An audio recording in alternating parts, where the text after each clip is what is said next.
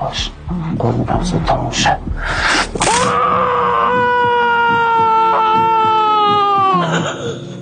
مورفین این بیزبونو بزن تا نیم ساعت دیگه بعد راه بیافتیم. چش آقا.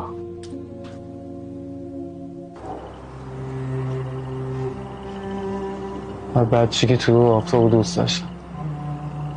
دلم میخواد وقتی طلوع میکنه بیایم بیرون، از بیرون تماشاش کن.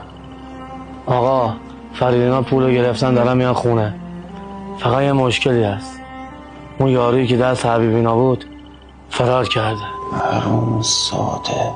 الان میگه چیکارش کنیم آقا؟ آدمی که نتونه از پس یه آدم شلور بیاد نفس کشیدنش هم حرومه.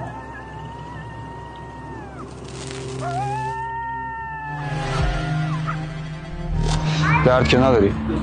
یکم. خوبه.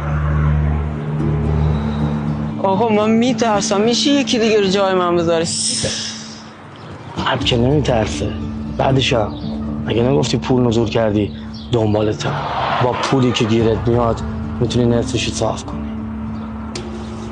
بایستا.